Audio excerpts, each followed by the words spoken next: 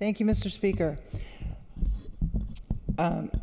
Today, the bill that I had pulled to the floor would have returned us to the position we were in before the 2021 removal of a lot of the graduation requirements by this body.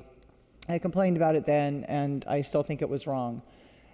Interestingly, in the wake of that, because it did get an awful lot of bad press, the Department of Education is going around the state taking comment from people about graduation requirements, what they have to be. They're open public forums because people are still upset about it. That's what my bill was about, was returning us to a time when we actually did have standards.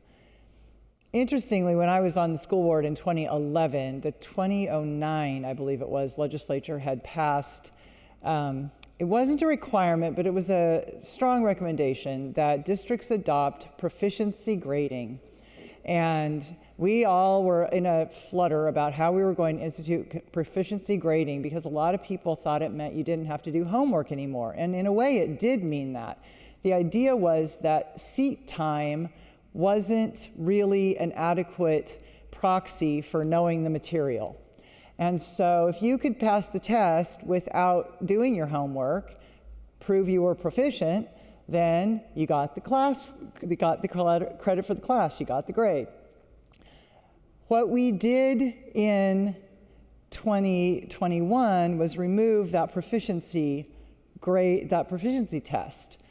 We said seat time's good enough.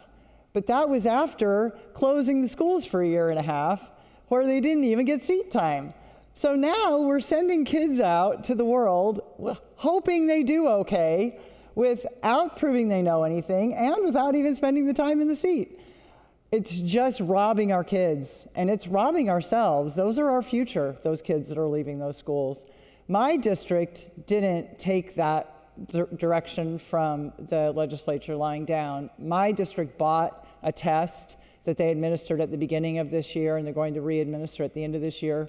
It's not quite the same. It's not proficiency, but it is going to at least tell us whether our kids moved over the course of the year, whether they got any benefit from being there. Our schools are open. We're certainly hoping to see progress, but I'm very proud of them for making that decision. And I'm very sad that our body put us in that situation in this state. Thank you.